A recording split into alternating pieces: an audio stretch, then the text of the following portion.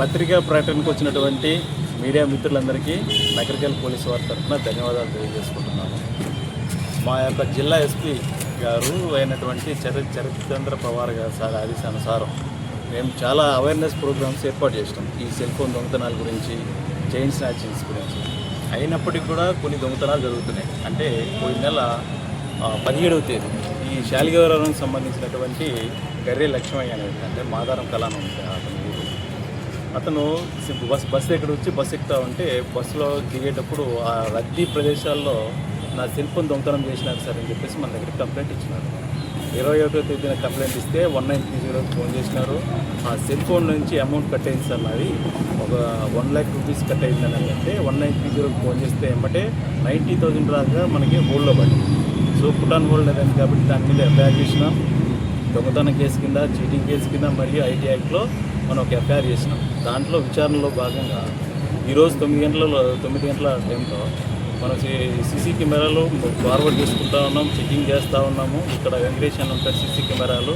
అనుమానాస్పదంగా కొంతమంది తిరుగుతున్నారని అంటే ఎస్ఐ గారు వీరబాబు మరియు ఇంకొక మా ఎస్ఐ చారి ఉంటారు.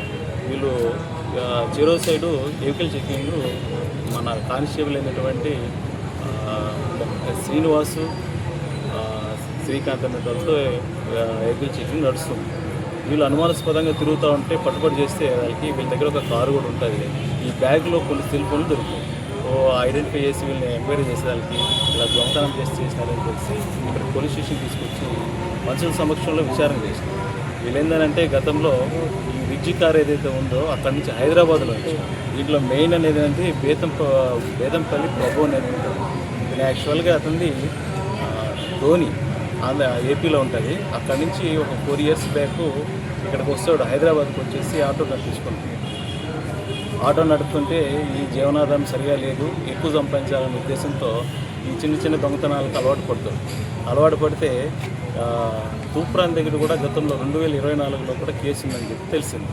ఆ విచారణలో ఇతనితో కూడా కలిపి ఇంకొక అతను ఆవుల విజయ్ అని చెప్పేసి, ఇది రంగనంపల్లి సిద్దిపేటకి సంబంధించింది. ఇతను ఏంటంటే భార్య వదిలేసిందని చెప్పేసి హైదరాబాద్కి వచ్చేసి వైన్ షాప్లో దాక్తుంటే వీళ్ళిద్దరు పరిచయం అవుతారు.